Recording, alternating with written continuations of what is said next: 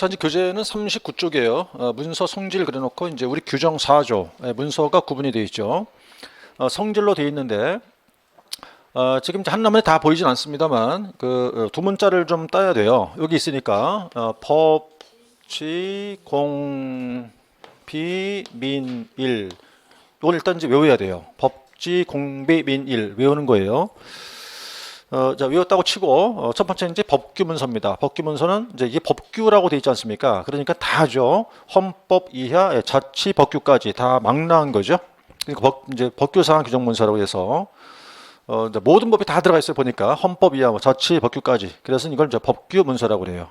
여기 하나 있고, 자, 두 번째는 지시 문서라고 되어 있는데 이 지시 문서는 이제 말 그대로 이제 일정 사항을 지시할 때 쓰이는 문서가 되는 거죠. 그래서 행정기관이 하급기관 등에게 일정 사항을 지시할 때 만드는 문서다 해놓고 두 번째를 또 따죠. 여기 훈지예일 이것도 별도로 외워야 돼요.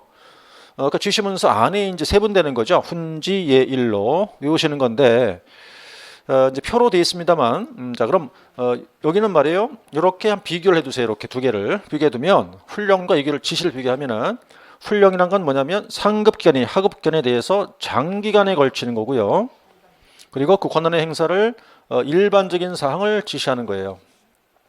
그런데 지시란 건 뭐냐면 이제 직권에 의하거나 또는 이제 뭘 물어봤겠죠. 문의에 의해 가지고 개별적이면서 구체적인 사항을 지시하는 거예요. 그걸 지시라고 그러죠. 그다음 이제 예규라는 건 뭐냐면 사무의 통일을 기하기 위해서 처리 기준을 제시해 주는 걸 예규라고 합니다. 자, 그러면 그다음 두 번 일일 명령이야 뭐 이제 일일 업무죠. 일일 업무에 관한 문서를 말합니다. 그래서 이렇게 훈지예일 외우세요. 특징만 찝으시면 되겠죠. 일정사항 지시한다. 훈령, 장기간 일반사항 지시, 일반적인 지시, 개별적 구체적인 지시, 예규, 통일을 기하기 위한 처리 기준의 제시, 일일 업무에 관한 건 일일 명령 이렇게 되어 있네요. 자, 이게 아직 안 나왔어요. 그럼 나온다고 치면은 답안을 이제 답안지를 만들 때 이렇게 할 수도 있습니다. 지금 이제 보다시피 표로 되어 있잖아요. 이렇게 여러분도 표로 해도 관계 없어요. 그거는 답안지를 그냥 마음대로 하면 돼요. 또 오히려 우리 답안지가 줄이 쳐 있잖아요. 가로 이렇게 줄 쳐 있으니까 그걸 활용해서 이렇게 이제 해서 할 수도 있어요. 답안지 구성할 때도 편한 대로 하시면 돼. 자, 여기는 지시문서라고 하는 겁니다. 자, 그다음 이제 세 번째 공고문서가 있죠. 자, 공고문서는 한마디로 알림 문서 이러시면 돼요. 알림 문서다. 뭘 알리기 위한 거예요. 알리기 위한 건데 이거는 이제 뭐냐면 일반한테 알리는 거죠. 일반한테 알리기 위한 문서. 행정기관이 일반한테 알리는 건데 두 가지가 있죠. 고공 그래요. 고공. 고시와 공고. 이제 고시와 공고인데 여러분들은 차이점 봐두세요. 둘 다 알리는 건데 뭘 알리느냐면 고시는 법령이 정하는 사항이에요. 그런데 공고는 그냥 일정한 사항을 알립니다. 이제 여기에 뭐냐, 이제 각 시나 도의 고시죠. 시도 고시 이런 거 있고, 공고야 뭐 굉장히 많은 거 여러 가지가 있죠, 뭐 그야. 그래서 일단은 알리는 건데 법령 일반 사항. 그리고 두 번째는 공고된 뒤에 효력 지속 차이가 있어요. 고시는 뭐라고 그랬습니까? 여기 개폐가 없는 한 계속 지속되는 거죠. 그러나 공고는 일시적 효과밖에 없는 건 공고라고 그래요. 그래서 이제 고시 공고, 공고 문서의 효력 발생 언제입니까? 공고문서 효력 발생? 알리문서. 공고문서 우리 규정에 따른 공고문서 효력 발생? 네? 공고일로부터 5일이에요? 아니면 공고 등이 있은 날부터 5일이 경고한 때예요? 어떤 게 맞는 거죠? 공고일부터 5일이 경고한 때 이게 맞는 거냐? 아니면 공고 등이 있은 날부터 이렇게 맞는 거냐? 어떤 거였어요? 밑에 거죠? 이거 아니에요, 그죠? 그럼 어떤 의미를 담죠? 이거는 공고일 초일은 뺀다는 거예요, 그죠? 그 얘기했어요. 자, 그래서 이제 두 가지 있고요. 그다음 이제 비치문서야 뭐 행정기관 내부에서 이제 비치해놓고 사용되는 거다 그런 게 있겠죠. 뭐 이제 비치문서라는 게 있고요. 그다음 이제 민원문서와 일반문서인데 뭐 민원문서에 이제 민원 관련된 문서겠죠, 그거는. 그래서 책에서는 이제 40쪽을 보고 있네요. 민원문서. 민원인의 행정권의 인허가 등 특정 행위를 요구하는 것에 관한 문서를 민원문서라고 하고요. 그다음 일반 문서란 거는 이제 위에 거죠. 법지, 공비, 민 외에 나머지 것들을 이제 모든 문서를 일반 이렇게 부르죠. 그래 놓고 이제 표가 두 개 보이는데 뭐 특수한 케이스라는 소리입니다. 뭐 휘보라는 것도 있고 뭐 보고서라는 게 있죠. 그래서 이제 이렇게 6가지가 우리 규정 제4조 제1호 내지 6호까지 규정된 문서예요. 그런데 이제 요거를 이제 기억이 되면은 외우면 오른쪽에 4조를 바로 연결해 봐야 되는 거죠. 뭔 얘기냐면 문서를 어떻게 만드느냐 이 뜻이에요. 어떻게 만들고 그리고 이제 작성 형식과 문서 번호인데 이건 지금 41쪽이에요. 그죠? 표를 보고 계신 겁니다. 자, 여기 보자고요. 지금 여기 법훈예 보세요. 법훈예. 이렇게 판단해 볼까? 법규, 훈령, 예규는 그 성격이 어떤 문서의 성격들을 갖고 있어요? 법이야, 법. 네? 법이에요, 법. 그러니까 어떻게 만들어집니까? 조문이잖아요. 몇 조? 1조, 2조 그 얘기잖아요. 조문 형식. 그죠? 물론 이제 예규 같은 게 예규는 거의 법으로 그러니까 법훈예는 그냥 여러분들 딱 법 이렇게 생각하셔야 돼. 법훈예 여러분 법규 문서 법으로 만들어진 거다 생각하니까 어떻게 만든다? 몇 1조, 2조, 3조 이렇게. 그러니까 법규 문서 그래 걔네들은 말이에요. 뭐 어떤 번호를 써요? 누년을 쓰잖아 이렇게. 그러면 이제 또 초학을 하는 분도 계시니까 이제 여기서 지금 이걸 보기 앞서서 밑에를 먼저 보는 게 옳겠어요. 그죠? 이게 보면 책에 있으니까 여기 좀 작아요. 글씨가 일렬 번호 구분이라고 써 있어요. 그래서 누년, 연도별, 연도 표시라고 돼 있는데 요게 뭐냐?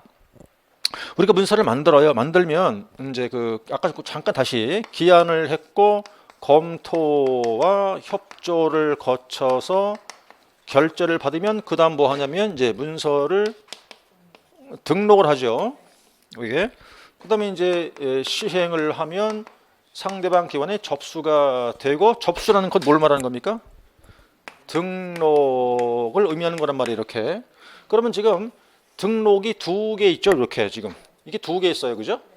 그럼 이 등록의 의미가 뭐죠? 이거는 등록의 의미가 뭐예요? 그 문서를 공공기록물로서 공공기록물 관리에 관한 법에 의해 가지고 등록한단 말이거든. 그거는. 그런데 그럼 좀 더 쉽게 말해 풀었을 때 등록은 결론이 뭐 한다는 거예요? 번호를 붙이는 거예요. 문서에다가 번호. 그러니까 그게 의미가 되는데 자 번호를 붙이는 거라니까요. 번호를 붙이는데 이건 이제 공공기록물법에 따라서 번호를 붙인단 말이에요. 그거를. 여기도 마찬가지가 되는 거고 번호를 붙이게 되는데 근데 등록이 지금 보다시피 두 개 있잖아요. 이렇게. 그거는 만들어서 하는 등록이죠. 이게. 그러니까 무슨 등록? 생산 등록이고 그럼 받아서 하는 거니까 무슨 등록? 접수 등록이고 그럼 번호라는 말을 붙이면 무슨 번호? 생산 등록 번호. 여기는 접수 등록 번호. 그럼 이때 이 번호 방식이 뭐냐 이거죠 이제. 예? 어떤 방식이냐? 이게 셋 중에 하나 쓰는 거라고. 여기 이거 하나 둘 세 개 이렇게 쓰는데 이제 이 셋 중에서 이렇게 얘기를 해야 돼요. 99.99%가 그렇다고요. 지금 남은 이유부터 얘기했구나. 저는 번호 방식이 세 가지가 있습니다. 그죠? 여기 누년이라는 게 있고 연도별이 있고 연도 표시가 있는데 이게 누년이란 말은 이게 누자가 이렇게 쌓일 누자라요. 한자 의미. 계속 쌓여간다는 얘기 이렇게. 그러니까 연도와 관계없이 매년 누적된다는 거죠. 누적되는 번호를 갖다가 우리가 누년 이렇게 얘기를 해요. 여기 올라가시면 이제 보세요. 자, 법률 제 1234가 이렇게 돼 있잖아요. 번호 계속 쌓여간다는 거니까 이렇게. 그걸 누년 번호라고 하는 거고. 또 연도 이제 여기서 이 연도별과 연도 표시는 공통점이 있어요. 요거는 매년 새로 번호를 부여한단 말이에요. 둘 다. 매년 새로 번호를 부여하는데 연도별은 연도 표시를 하지 않는 번호고 어디가 있을까요? 여기죠. 연도별 여기 1일 명령 제5호 몇 년도 안 보이잖아요 지금. 그래요. 그런데 연도 표시 일렬 번호란 거는 매년 새로 번호를 부여하지만 연도 표시를 해놓고 붙임표로 이어서 번호를 붙여요. 어디 있나요? 이 밑에 있죠. 그죠? 해서 2020제 이음표 5호. 그죠? 이 세 가지가 이제 이렇게 번호 붙이는 방식이란 말이에요. 그런데 우리가 보통 두 개 등록을 할 때는 이 셋 중에서 하나의 방식을 취합니다. 어떤 방식을 취한다 그랬어요? 연도별 일렬 번호를 붙인단 말이에요. 연도별 일렬 번호. 셋 중에서. 그런데 우리가 이제 이 문서 금방 봤던 문서 종류가 우리 규정 4조에 있거든 걔네들이. 그런데 걔네들은 특별하게끔 연도별 번호를 붙이는 거 외에도 우리 행안부 08조에 있어요. 8조에 규정되어 있는 별도 번호를 또 붙이라고 돼 있단 말이에요. 그래가지고 지금 보니까 자, 이 정리를 해보면 지금 이제 분홍색으로 제가 표시해놨어요. 지금 법훈예만 뭐죠? 지금 누년 번호 쓰죠. 형식은 무슨 형식입니까? 조문 형식이에요. 그런데 두 번째가 이제 여기 지시, 고시, 공고, 지공고잖아요. 지공고는 어떤 형식입니까? 다 시행문이에요. 그냥 시행문. 응? 이게 공고문이고 공고문이고 이거는. 그럼 걔네들은 다 무슨 번호 쓴다고 돼 있어요? 연도 표시, 연도 표시라고 돼 있죠. 이렇게 예가 나와 있고 이렇게. 그다음에 이제 여기 보면 일일 명령이라고 거 밑에 휘바가 있어요. 이렇게요. 걔들 다 시행문이죠. 이건 해보니까 걔들 뭐라고 써 있어요? 여기 연도별을 쓴다고 돼 있어요. 이것만 알면 다른 건 필요 없으니까. 다른 거는 다 그냥 무슨 번호, 다른 건 다 그냥 생산 등록 번호라니까. 그럼 생산 번호라는 건 당연히 무슨 번호야? 연도별이지 뭐. 그럼 여기서 요걸 구별하게 되는 건데 결론적으로는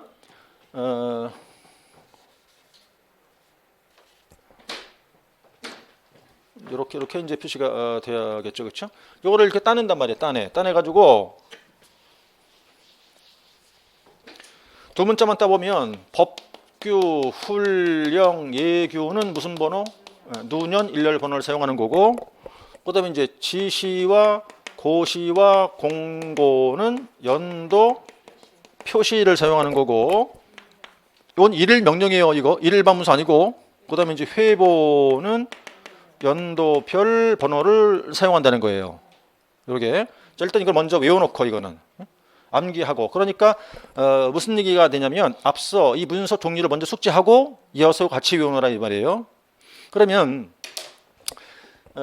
이제 역시 또 이제 뭐 이달 들어 처음 수업을 듣는 분도 계실 것 같아서 이렇게 예를 들죠. 자, 법규문서 예를 들어요. 법규문서가 뭐죠 이게? 헌법, 법률, 대통령령, 총리령, 부령, 조례, 규칙 저거예요, 그죠?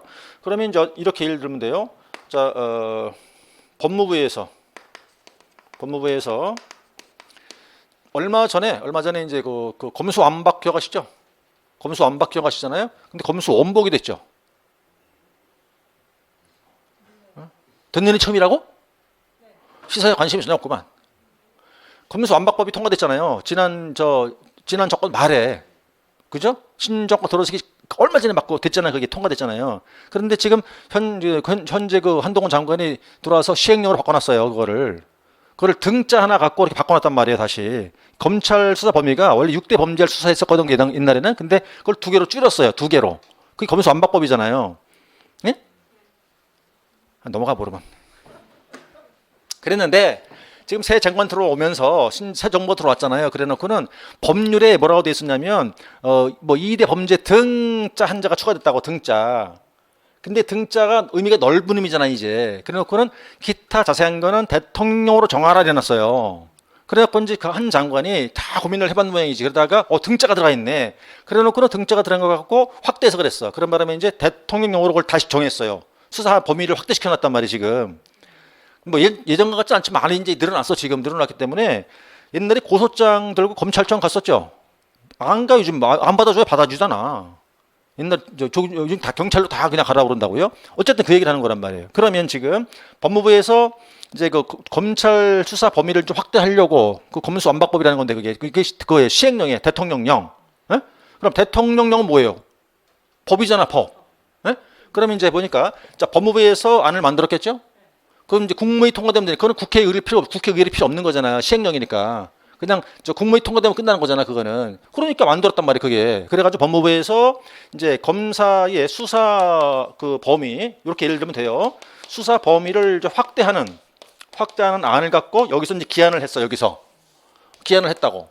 그러면 이제 어떤 내용으로 집어넣자가 다 이제 되겠을 거 아니겠어 문제를 다 만들었겠죠. 그러면 자 이 문서 내용이 뭡니까? 검찰 수사 범위를 확대하자는 취지의 기한을 했단 말이에요. 기한. 그럼 기한했고 결제 거쳤겠죠? 그죠? 그다음에 이제 시행했겠죠, 이게? 그럼 이것도 안에 공문서가 되겠네? 예? 그러면 자, 내가 이제 왼쪽에 이제 이 내용이 담긴 이제 기한해서 결제받은 시행문이 하나 있어요. 저것도 공문서지, 요거. 그럼 등록 K죠, 요것도. 등록 K죠. 등록할 때 번호를 붙이는 거 아니에요? 무슨 번호를 붙여 여기다가? 연도별 일일번호를 붙인 거라고 여기다가. 요 셋 중에 요거. 그럼 두 번째, 그다음 오른쪽에 뭐가 있냐면 실제 이제 그럼 대통령령으로 이걸 만들 거 아니겠어요? 어떤 범죄를 수사할 수 있다 하고 만들었겠지. 그 대통령은 법이잖아. 법을 그럼 어떻게 만들었어요? 조문으로 만들었겠지. 이게 또 하나의 공문서가 되겠네. 이것도 등록해야지 이제 그러면 등록해야 되잖아. 근데 이건 법규문서예요. 그럼 무슨 번호 붙이는 거야? 누년 번호를 붙이는 거예요. 그럼 문서 현재 몇 개지? 그럼 요게 2개예요. 요거 만들기 위한 시행문, 그로 인한 법규, 그죠? 그러니까 이런 경우는 특별하게 이걸 붙이라고 딱 명시가 돼 있다는 게 이거란 말이에요, 지금. 이렇게. 이해 갔죠? 네, 그러니까 이걸 처음 들으시면 이해 못 한다니까. 아, 그러면 법규 문서는 연도별을 안 붙이고 그냥 누년 붙이나 이게 아니고, 그게 아니라 법규 문서를 만들기 위해서 먼저 기한했고 시행했을 거 아니겠어요? 이거 동문서 아니냐 이거야. 근데 등록해야 되잖아. 요거는 무슨 번호냐? 시행문이니까. 연도별이고 요거는 법규 문서는 법규 문서니까 무슨 번호 붙이고 누년을 붙이고 이 말이에요. 그럼 기본적으로 항상 뭔 붙어 있어요? 연도별은 항상 붙는 거지 앞에. 그리고 특별하게 얘네들은 별도로 또 붙이는 거지 번호를 이렇게. 그렇죠? 이렇게 외운다 그 말이에요. 이렇게.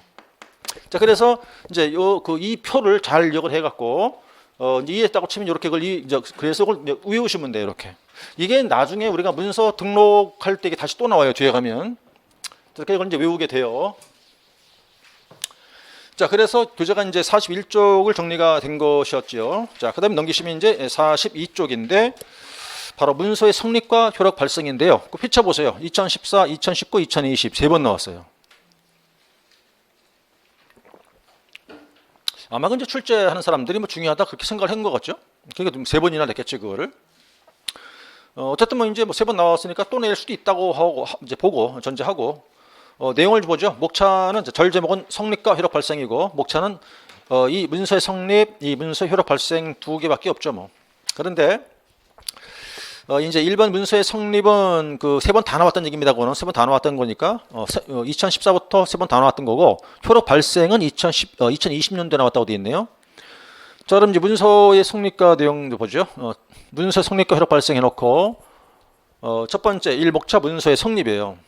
여기는 2가지가 있네요. 그죠? 성립 요건 그리고 시기 이렇게.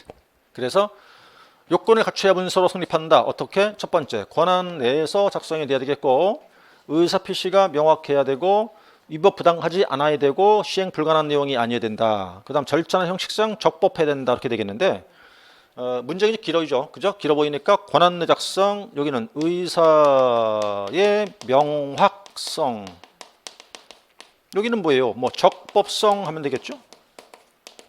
뭐 실현 가능성 이렇게 해도 될 것 같고 여기 이제 뭐 절차나 형식에 있어서의 적법성 이러면 되겠죠. 이건 이론이에요. 이론. 조문 아닙니다.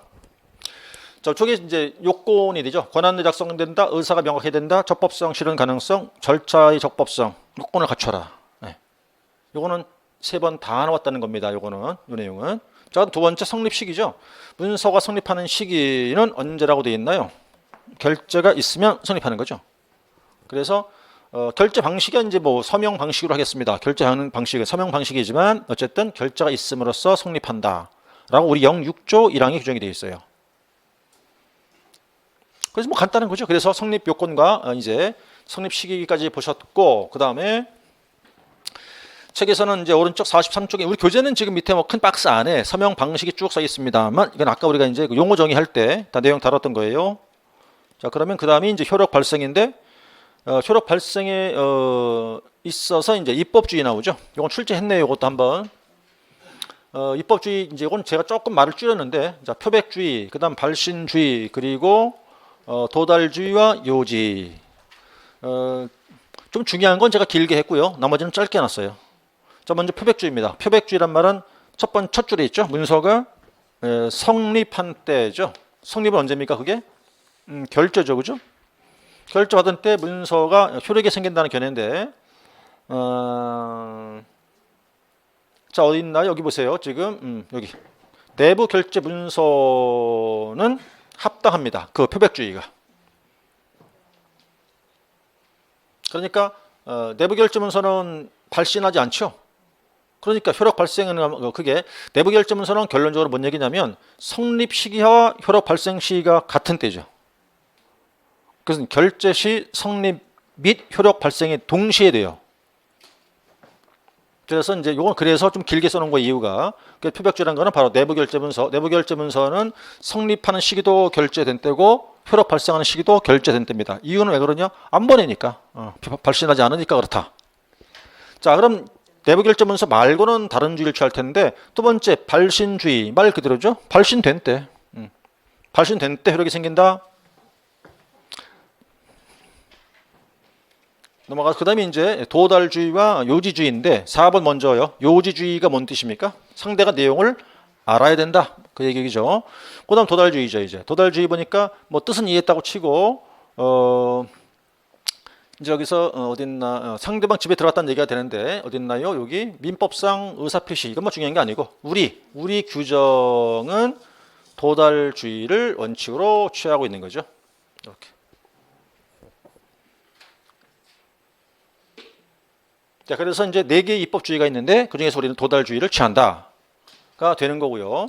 그럼 도달주의를 취하고 있을 테니까 그럼 효력 발생 시기를 내용을 봐야 하니까 자, 언제 발생하냐? 원칙과 예외로 구분하죠. 자, 이게 원칙, 요게 예외. 원칙은 이제 쭉 보면 한마디인 거죠. 도달된 때 효력이 생긴다는 얘기가 되는 거고, 자, 그게 전자문서다라고 하면 상대방 시스템에 입력되는 게 바로 도달된 때로 보는 거고, 이렇게 보는 거죠. 그래서 일반 원칙은 도달주의를 취한다, 즉 도달시 효력이 생기는다는 말이 되고요. 자, 그러나 이제 예외가 있는데 예외가 바로 그게 이제 공고문서가 되죠. 그래서 예외라는 거는 공고문서입니다. 지금 보니까 1, 2, 3인데요. 3번이 뭐 2번은 별 의미가 없는 거고 이제 1번과 3번 비교하면 되죠. 1번과 3번. 1번이 우리 규정, 3번은 행정절차법상 규정. 그러니까 1번. 자, 고시 공고의 경우에 효력 발생 시기를 명시하고 있지 않다면 그 말인 거잖아요. 그러면 여기 보이죠? 고시나 공고 등이 있은 날부터 5일이 경과한 때라고 되어 있네요. 저기서 고시나 공고 등이 있은 날이란 말의 의미는 공고일 초일은 뺀다는 의미입니다. 그러니까 5일이 경과한 때 생긴다는 얘기죠. 이건 필요 없겠고요. 그 다음에 이제 3번이네요. 행정절차법 제14조 상. 행정절차법 14조가 뭐죠? 공시 송달 규정이죠. 그럴 텐데 이건 뭐 제가 할 거 아닌데 어쨌든 간에 그건 뭐라고 되어 있냐면 여기는 공고 1부터라고 되어 있죠. 공고 1부터 14일이 경과한 때라고 되어 있잖아요. 그죠? 그걸 비교해 두려고 위해서는 조문 하나 넣는 거예요. 그러니까 비교해 두기 위해서. 우리는 공고 1부터가 아니고 공고 등이 있은 날부터라는 거죠. 그래서 이거는 출제를 당연히 했던 내용입니다. 그래서 이제 교재가 44쪽을 보고 있죠. 바로 그것도 이제 2020년도에 출제가 됐던 거네요. 자, 그렇게 넣고 뭐 나머지는 참고로 보시면 되겠죠. 조문 보입니다. 행정절차법 제14조 15조 송달 그 내용 본 거죠. 역시 뭐 어렵지 않은 어려운 내용은 없었어요. 자, 그다음에 이제 제 6절인데 6절은 큰 가치가 있다 보기는 어려운데 말이에요. 이게 출제를 하긴 했는데 2019년도에 출제했다고 돼 있잖아요. 내용이 보니까 문서의 전자적 처리, 이 이야기 쉽게 작성해놓고 여러 가지가 있어요. 뭐 굉장히 여러 많은 내용들이 있는데 이제 이것이 뭐 일반상에서는 그거 전자적 처리하는 것과 뭐 이야기 쉽게 작성한다 이런 정도 출제했는데 그냥 간단히 보죠. 문서의 전자적 처리다. 그건 뭐 당연히 전자문서로 써라 그 말인 거예요. 그건 제가 안 만들었는데 참 만들었으니까 전자문서니까 시스템을 통해서 전자문서로 하라 이렇게 되는 거고요. 이번 이야기 쉽게 작성한다. 뭐 어문규범 준수 쉬운 용어를 사용한다. 그런 내용들 참고로 보시면 돼요. 3번 이하 내용들은 그냥 이렇게 읽어보시라고 넣어놨어요. 넘어가시고 그 다음에 49쪽 제7절도 출제를 했는데 난 설마 이걸 내리라고는 참 예상을 전혀 못했었죠. 그 당시 설명을 다 했었는데 출제할 거라고는 전혀 예상이 안 됐었어요. 이게 이제 2019년도죠. 그럼 우리 책 뒤에 이제 부록이 있어요.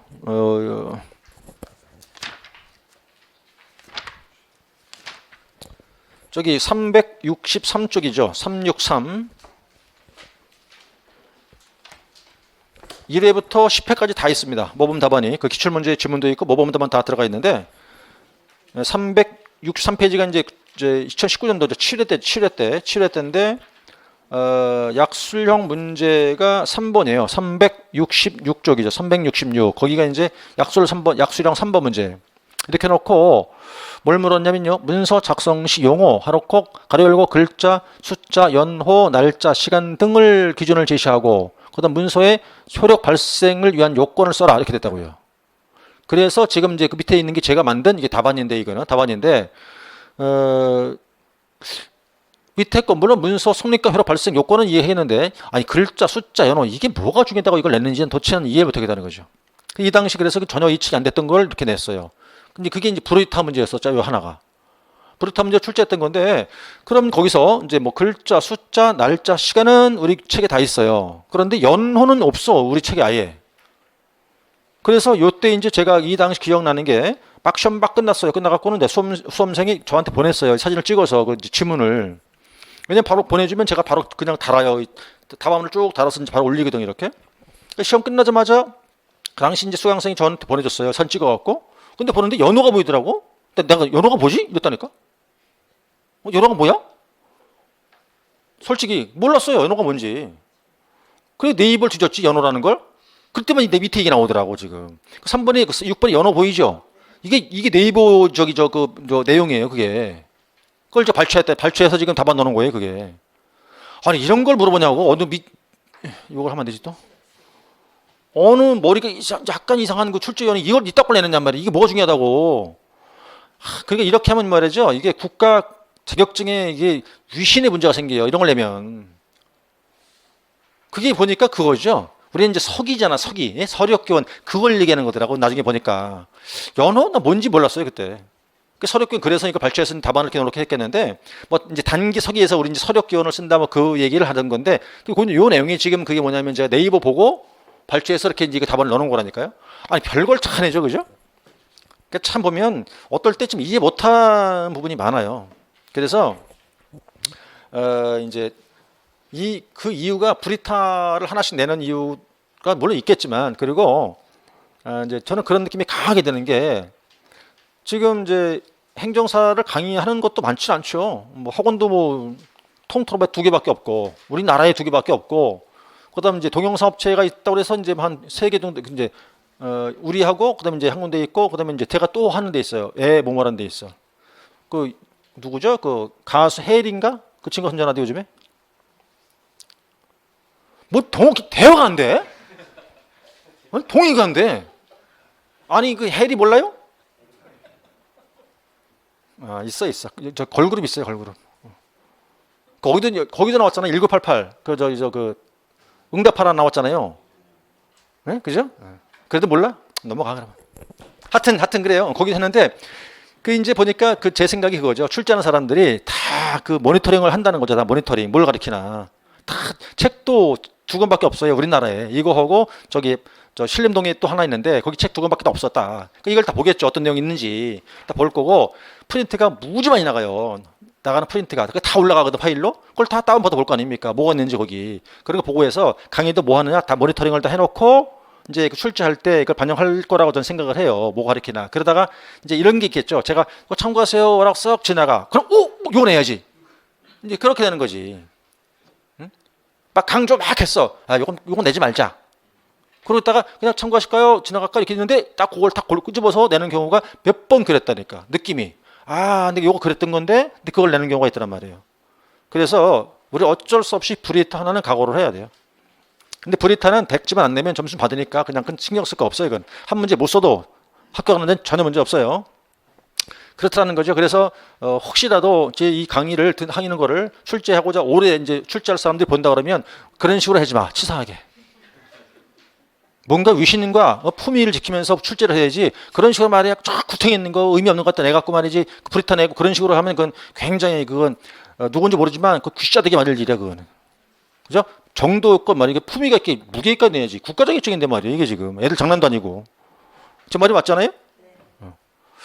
옛말 하면 나 좀 캥기긴 해 가끔. 좀 캥기긴 하는데 어쨌든 자 이제 7절 보세요. 작성 기준 방금 봤던 그런 문제를 출제한 겁니다.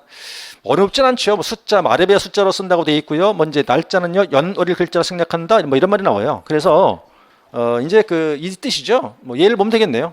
2023년도 1월 7일 이렇게 쓴다는 거죠 날짜를. 이렇게 하면 되고요. 그다음에 이제 시간은 24시각제로 쓰고 이제 씹은 글자를 안 쓰고 쌍점을 찍는다고 그랬거든요. 그게 이제 이런 얘기가 되겠죠. 뭐 이제 오후 1시 그러면 13시 이렇게 쓰라 그 말이죠. 이런 식으로. 이게 이제 24시각제라고 하는 거고. 그다음 이제 가운데 쌍점 여기 쌍점이라 표현하는 거죠. 근데 이제 요게 그 남자분들은 금방 안다는데 여자분들은 생소해 이게 24시각제가. 조금 생소하잖아요. 이렇게 쓰라는 얘기예요. 그 얘기는. 그 얘기예요. 자, 그다음에 뭐 금액이 이제 뭐 한글로 쓰고 이제 뭐 아래비아 숫자로 쓴다 그런 뜻이겠죠. 뭐 바코드도 표시가 좀 많이 됩니다. 넘겨 보시고요. 그다음에 이제 50페이지 가시면 쪽번호 표시라고 되어 있는데요. 쪽번호 표시. 이제 이 말이죠. 여러분들이 지금 보고 있는 이 교재가 몇 쪽입니까? 50쪽이죠. 예, 이게 쪽번호예요. 요게. 쪽번호. 그래서 쪽번호가 뭐냐? 1번의 개념 보이네요. 2장 이상 이루어진 문서의 중요 문서 앞장과 뒷장 순서를 명백히 하기 위해서 하는 거죠. 이제 그렇게 하는 게 쪽번호라는 거고요. 어떤 문서일 때 쪽번호를 붙일까? 2번에 보이냅니다. 연결 관계를 명백히 할 필요가 있는 문서, 법률 관계 증명에 관한 문서, 뭐 인허가 같은 관한 문서이면 쪽번호를 붙여라 그 말인 거죠. 거기 뭐 줄칠 거 없어요. 이제 뭐 그렇게 하는 거고요. 그래서 3번이 표시 방법. 전자문서면 이제 번호를 붙이게 되겠습니다. 그다음 두 번째 종이문서가 되어 있고요. 밑에 간인 천공써 있네요. 그냥 듣기만 하세요. 간인이 뭐죠? 그게 사이간자입니다. 그 한자 의미. 그 사이에 도장을 찍는다는 얘기잖아요. 어떨 때 그런 걸 우리가 많이 하나요? 뭐 계약서 같은 거 쓸 때 있죠. 계약서. 그 반 접어갖고 가운데 도장 찍죠. 그거 얘기하는 거고. 천공이 뭐냐면요. 이제 구멍을 뚫어요. 그러니까 이제 뭐 예를 들어서 이제 뭐 법원 서류라든가 이런 서류가 오면 이렇게 글자인데 구멍이 뚫렸어 이렇게 여러 가지 이렇게 여러 개. 그걸 천공거리죠, 그죠? 이제 여러분들이 받으실 때는 뭐 그걸 주로 받겠죠. 이제 행정 심판하면 제기하면 그때 이제 그 심판 서류가 올 거예요. 그 저는 제가 다 받아 그거를. 그 아예 그냥 그 청구서에다가 송달 장소를 제 사무실로 써요. 다 그러면 이제 그 청구인한테는 문자만 가고 핸드폰 문자만 가고 서류 저한테 오게 하죠. 아예 서류를 내가 다 받으면 왜냐면 이제 그 청구인으로 써놓으면은 안 갖고 와요. 청구서 같은 거 내용들을 그 재결서 같은 게 올 텐데 그럼 아예 처음부터 내가 받을게 열어놓고 그냥 사무실로 써버린다. 송달 장소를 아예 내 걸로. 그럼 저한테 다 온단 말이에요. 그러니까 다 서류가 있어요. 이렇게 있어가지고서 이제 그거를 이제 뭐 이제 활용도 하고 뭐 읽어보기도 하고 하는 것도 있고 그다음에 그거를 이제 블로그 이제 올릴 때 캡처해서 올리기도 하죠. 이렇게 올리기도 블로그 만들 때 살 때 그렇게 올리기도 하고 그리고 이제 간혹 그런 경우도 있어요. 어제죠. 어저께 이제 그 제가 9월 달에 이제 행정 심판을 이제 했어요. 그게 영업정지 건이었는데 그 이제 미성년자 주류 제공한 거. 그 술 판 거 아이들한테. 근데 미성년자가 말이 미성년자지 다 그냥 어른이에요. 등치가 이만해 갖고 말이야. 그냥 큰 뭐 여자들 화장도 진하게 했어. 도대체 어떻게 그 학생인지 어떻게 알아? 모르지. 근데 어쨌든 간에 이제 그 주류 제공 건 때문에 이제 그 영업 정지를 당했어요. 그 음식점에서. 그래갖고는 이제 2개월 정지가 됐어요. 영업 정지가. 저한테 이제 와서 심판을 해달라고 왔길래 원래 이제 이의신청을 해달라고 처음에 왔지. 이의신청. 그 내가 얘기를 했어. 이의신청 소용없다 이거는. 다 배우셨잖아요. 이의신청 어디다 하는 거예요? 이의신청 처분청이잖아. 그거 들어주겠어 걔네들이? 안 들어주지. 의미가 없는 거지. 그래서 얘기를 했죠. 이거 의미가 없는 거니까 심판으로 갑시다. 설득을 했어요. 그럼 이제 그러자고 했어요. 그래서 이제 서류를 다 갖고 와라. 많아요. 이제 뭐 이제 그 부가세 증명원도 있어야겠고 그다음에 이제 채무관 또 이제 빚진 거 있잖아요. 그걸 다 갖고 오라래. 그 잔액 확인서 뭐 이제 부채 증명서 다 갖고 오라 그러고 그거 그다음 또 이제 뭐 사업자 등록증 뭐 임대차 계약서 그다음에 이제 반성문 써오라 그러고 그다음 이제 지인들한테 탄원서를 다 받아오라 그래요. 탄원서 다 이제 내가 대충 틀을 잡아주면 그대로 써온다고 이렇게 그다음에 이제 신분증 뒤에 붙여야 되고 이렇게 많아져요. 근데 이걸 똑같은 거 두 부를 만들거든. 두 부를 만들어서 이제 심판위원회 보내요. 그건 이제 지자체니까 이제 경기도 행정심판위원회 보낸다고 보내서 처리가 돼야 되는 건데 그래서 이제 심판 청구하고 뭐 답변서 왔고 답변서 보고 쪼쪼해서 재결서 온 것까지 하면 한 3개월 됐을 거예요 아마. 그래서 제 기억에 9월 말에 이제 재결서가 왔어 저한테 왔는데 어떤 재결 사항이냐면 이제 그 일부 인용. 그러니까 2개월을 감경시켰어 40일로 깎아준 거예요. 깎아줬으니까 40일로 줄어들었잖아요. 줄어들었는데 그때 그랬죠. 40일 정지가 됐으니 이걸 갖고 한번 다시 그 시흥시에다 질의해봐라. 이걸 과징금으로 대체할 수 있는지. 그러니까 이제 정지 안 당하고 정지만큼 돈을 대신 돈으로 막는 거지 이제. 그게 되는가 문의해봐라 그랬거든요. 근데 그건 어렵지 어려운데 어쨌든 이제 그래서 그걸 갖고 그분들이 이제 이제 다시 이제 행심에다 또 물어보고 뭐 이랬었어요. 그랬는데 안 됐어 결론이. 그래갖고 이제 그저께 전화가 저한테 와갖고 이제 소송하겠대. 행정소송. 그게 90일 해야 되잖아요, 우리가. 그 재결서가 도착된 때부터 90일이거든, 그게. 재결일부터가 아니라. 그러니까 나한테 도착됐잖아요, 그죠? 내가 받은 날부터 90일을 계산한다고. 근데 내 기억에 10월 달 며칠 받았는지 모르겠어요. 그게 지금 제소기간 배웠죠? 제소기간이라고. 그게 지난 것 같아, 느낌이. 아슬아슬한 것 같기도 하고, 지금. 그래서 토일 공휴일을 다 빼면 남은 것 같고, 다 치면 지금 모자랄 것 막 그런 말이 되는데, 그런데 그것도 배웠잖아요? 무효하기는 제소기간이 없죠? 네? 이게 배운 게 다 써먹게 돼, 나중에 가면. 근데 이게 지금, 이게 항고 소송이잖아, 결론이. 이게는 재소기를 진행 것도 같다고 지금. 그래서 어쨌든 하겠다고 그래가지고 그러면 알았다. 그러면 제기하는데 서류는 지금 내가 갖고 있으니까. 그래서 이제 그 저랑 잘 아는 변호사가 있어요. 변호사 이제 그 같이 일도 협업하고 그러거든. 변호사들하고도. 그 얘기를 했죠. 이런 사안인데 한번 맡아보겠느냐. 그래서 그랬더니면은 이제 아슬아슬 하다 그랬거든. 그랬더니 한번 해보자고 그래갖고는 이제 수임을 했어요. 변호사가. 그럼 수임했을 테니까 이제 저는 내가 갖고 있는 자료를 있잖아요. 그걸 다 주는 거지. 야, 이런 사안이니까 한번 검토해봐라. 그게 문제가 뭐냐면 내가 다 청구서 다 썼잖아요. 그거 베끼는 거야. 소장 쓰는 거는. 순서만 조금 바꾸는 거고 그렇게. 응? 그러니까 증이 좋은 거지 뭐. 증이 좋은 거예요. 근데 이럴 때 학교 다닐 때 공부 좀 열심히 할 걸. 조금만 더 열심히 하면 될 것 같은데 그거만 안 해갖고 그냥. 아니 나 잘했어요 공부. 학점도 좋다니까요. 잘했다니까. 근데 그게 안 되네. 참.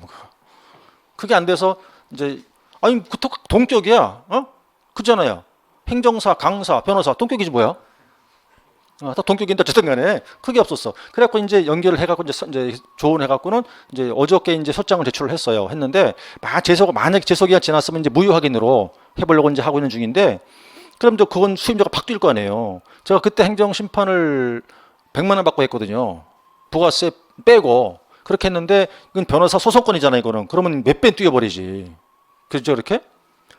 그리고 이제 그 소장 쓸 때 내가 준 서류 있잖아요. 그걸 보고 쓸 거 아니겠어? 그러면 변호사는 나한테 입 닦으면 돼, 안 돼? 안 되는 거지. 밥이라도 살 거 아니에요. 어제 밥을 사더라고. 근데 평소 가던 음식점에 딴 데 갔더니 그렇게 맛이 없는 거야 또. 그랬어요. 자, 그래, 나 또 그 얘기 하고 있지? 자, 그래서 하여튼 그래서 그것을 얘기했구나. 어쨌든 이제 이런 거는 여러분들이 가끔 얘기를 들어보면 나중에 이제 업을 하실 때 많은 도움이 되고 그래요, 그죠? 왜냐면 실무에서 나오는 얘기잖아 지금. 바로 내가 하고 있는 사안이니까. 앞으로 여러분들이 그런 이제 심판 같은 거 하시고 그러면 한두 번 해보면 그다음에 이제 수월하게 할 수가 있어요. 근데 처음 할 때가 어렵지. 그게 뭘 준비하는지 어떻게 쓰는지 모르고 그러니까 그걸 이제 한번 좀 길이 열리면 되는데 그 처음에 그게 하기 어려울 거예요. 나중에 정 안 되면 나한테 물어봐요. 맨입 말고 맨입으로 물어보는 게 어딨어? 그죠? 물어봐요. 그럼 내가 알려줄 테니까. 근데 맨입으로는 안 알려줘요. 뭘 입에 들어야 알려줘, 우리는. 그죠? 자, 어쨌든 물어보세요. 자, 그 정도 보시면 되겠습니다. 그 다음에 오른쪽에서 이거 참고하시는 사항인데 항목 구분이라고 써있죠? 이건 그냥 이렇게 이해하면 되는 게 다른 거 필요 없고 표를 보세요. 표를 보면 이렇게 돼 있어요. 지금 첫째, 거기서 첫째, 셋째, 다섯째, 일곱째 있죠? 즉 홀수죠. 홀수. 항목 기호가 뭐예요? 숫자입니다. 숫자. 그 다음에 둘째, 넷째, 짝수 항목은 뭐로 되어 있습니까? 한글로 되어 있잖아요. 그러니까 이 뜻이에요. 우리가 이제 공문서를 만들 때 이 항목 부호를 붙일 때는 요거를 이렇게 지켜야 돼요. 무슨 말이냐면 우리가 문서를 기한할 거 아니겠어요? 우리가 공문서 만들 때 첫째는 반드시 이 숫자죠. 1 이렇게요. 그다음에 이제 두 번째는 짝수가 되겠죠. 이게 그때는 가. 그다음 세 번째일 거 아니겠어요? 그럼 얘를 끌어내리는 거야. 이렇게. 그래가지고 1회 반가로. 네 번째 얘를 끌어내려서 가의 반가로. 이렇게 끌어내려서 이렇게 내려가요. 이렇게 이런 식으로. 이 순서가 공문서에 항목 부호를 붙이는 순서예요. 이렇게 하는 게. 근데 우리가 보통 뭐 이제 공문서는 아니니까 뭐 이걸 지킬 필요 없겠습니다만 보통 번호 붙일 때 어떻게 붙였어요? 이렇게 안 했나요? 이런 식으로? 이렇게 많이 안 했, 이렇게 했잖아요. 그죠? 보통 우리가 일반으로 번호 붙일 때는 근데 이건 이제 공문서 이렇게 하는 게 아니죠. 이렇게 하는 게 공문서 순서라 그 말이에요. 그리고 이제 이 번호 붙이는 거는 여러분들이 이제 앞으로 많이 모의고사를 보실 때 이제 그 번호 목차를 딸 거 아니에요. 목차 부호라고 생각하시면 돼. 내가 딱 미리 정하셔야지. 어떻게 목차를 붙이겠다. 순서를. 그 얘기고. 그 다음 표시 위치와 띄우기라는 게 있는데 그냥 뭐 단순 참고사항입니다. 그러니까 공문서 기한을 할 때 이렇게 위치를 띄우라 그 말인 거예요. 이렇게 위치를 띄우라 뭐 그 말인 거고. 되셨고요. 넘어가서 이제 53페이지 가시면 먼저 규격 용지라고 나오는데 그것도 뭐 그냥 단순 참고사항이에요. A4 용지가 국제 규격 용지입니다. A4 용지가. 참고하시고요. 그다음 문서의 수정이라고 써 있는데 문서 수정이라는 건 이제 결제 받은 문서를 일부러 삭제 수정할 수 있다 그런 내용이겠죠. 그것도 참고하시면 되는 사항입니다. 넘어가시고 54 제 8절 문서의 구성 체계부터 보죠 이제. 거기 보면 지금 자 이제 8절 절제목 문서의 구성 체계라고 되어 있고요. 여기 양이 많네요. 목차 볼까요? 먼저 1. 목차 문서의 구성 넘어가시면 57. 2번 대목차 두문, 58. 3번 대목차 본문, 59. 4번 대목차 결문 해서 쭉 내용이 이어져 가지고서 61쪽까지 내용이 있어요. 여기는 지금 이제 여러분 교재도 있고 칠판도 그림이 있습니다만 이 일반 기한문의 구성이 어떻게 되며 거기서 어떤 내용들을 기재하느냐의 내용이에요. 물론 시험 나온 적이 없지요. 한 번도. 그럼 지금 칠판에 있고 저기 여러분 책에 있을 겁니다. 지금 여기서 보니까 일반적으로 사용, 이건 일반 기한문이거든요. 일반 기한문의 구성이에요. 일반 기한문. 그럼 보는 것처럼 이렇게 해죠. 두 본 결문으로 구성이 되죠. 이렇게 두 본 결문. 그럼 최소한 그 각각 두 본 결문에 어떤 것이 들어가 있는지는 아셔야 된다고. 그래서 두문에는요, 행정기관명과 수신자 경위까지고, 그다음 제목 내용, 붙임 있으면 붙임까지, 없으면 내용까지가 본문이라고 그러고 80명 이하 나머지가 몽땅 결문 그래요. 그래서 이렇게 구성체계가 되면서 오른쪽을 보시면 실제 이제 그림이 보이죠.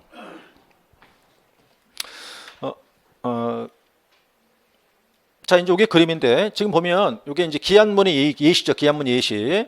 이게 행정기관명, 예를 들어서 행정안전부 요거하고 그다음 수신 경유. 경유는 거쳐가는 곳 말하는 거예요. 거쳐가는 곳. 거기까지가 본문이고, 그다음 제목부터해서 내용이 있고 붙임이 있을 때 붙임까지가 본문이라고 그러고, 그다음 이제 발신명의가 여기다 표시가 되겠죠. 이게 행안부니까 행안부 장관으로 돼 있겠죠. 거기서부터 해서 다를 이제 결문이라고 칭하는데, 이게 보면 이제 위치 볼까요? 여기가 기한자지요. 여기가 가운데 검토자, 오른쪽 끝에 있는 게 결재권자, 기한자 밑에 있는 게 협조자. 그런데 실제 기한문에 기한자, 검토자, 결재권자라는 용어가 있다 없다? 그런 용어는 없다 그랬어요. 그냥 위치가 그냥 거기란 소리지. 그런데 협조자라는 용어는 있어요 없어요? 그건 있어요. 그거는. 그 다음에 이제 이렇게 반을 나눠보면 말이에요. 여기 왼쪽에 있는 게 시행이라고 써 있어요. 그 다음 처리과명, 이음표, 연도별, 일렬 번호 써 있죠? 가로 열고 시행일 써 있잖아요. 그러면 여기는 누가 이 칸을 다 채워야 되죠? 문서를 만든 행정기관의 처리과에서 채워요. 그렇죠? 그래서 여기는 이제 그게 시행이에요. 시행. 처리과 이름 적죠? 그 다음 이건 뭐예요? 이게 생산 등록 번호죠. 연도별 일렬 번호예요. 시행일은 이건 보낸 날짜. 그러면 보냈습니다. 그러면 이제 여기다가 보내기 전에 여기다가 이제 보내기 전에 이렇게 찍겠죠. 여기다가 꽝 관인을 찍어요. 이렇게. 그럼 관인이 없기까지는 그냥 기한문. 근데 관인이 찍히는 순간 뭐다 이거는? 시행문. 문서를 보냈어요. 보냈으면 이제 오른쪽 볼게요. 여기 접수, 처리과명, 번호, 접수일. 여기는 빈칸으로 보냈겠죠. 여기는. 빈칸으로 보냈겠지요. 그럼 여기 누가 채워야 된다고? 받은 기관의 처리과에서 이 칸을 채우는 거죠. 다시. 요건 그럼 무슨 번호입니까? 접수 등록 번호가 되는 거죠. 그러니까 둘 다 공통점 무슨 번호? 연도별 번호를 붙이는 거고 이렇게. 그 위치를 대충 좀 눈으로 봐둬야 돼요. 아, 거기구나 이렇게. 그게 이제 그래서 54, 55쪽 내용이었고, 그다음 이제 56쪽은 이건 이제 간이 기한문이에요. 간이 기한문은 단순 참고. 왜냐면요, 간이 기한문은 이렇게 생겼는데, 이 간이 기한문은 시행할 수가 없잖아요. 그러니까 시행할 수 없는 문서이기 때문에 내부 결제 문서에만 사용해요. 그래서 간이 기한문은 시행할 수는 없고 내부 결제에만 쓴다. 이렇게 기억하시면 돼. 그럼 이제부터는 뭘 보시냐면, 그럼 이제 이게 두문이고 뭐 이랬거든요. 그럼 이제 각각 두문에 세 가지 있어요. 행정기관명, 수신 경유. 그럼 어떻게 이걸 기재하느냐가 이제 길게 나와 있다고요. 그게. 그래서 57쪽부터 해갖고 쭉 이어서 이제 61쪽까지 내용이 나와 있는 거죠. 그 두문, 본문, 결문이에요. 그럼 이제 두문부터 출발하는 거죠. 두문서부터. 두문에 어떤 내용이 들어가느냐? 첫 번째가 이제 행정기관명을 표시합니다. 마지막 잠깐 쉬었다가 여기서부터 또 진행하죠.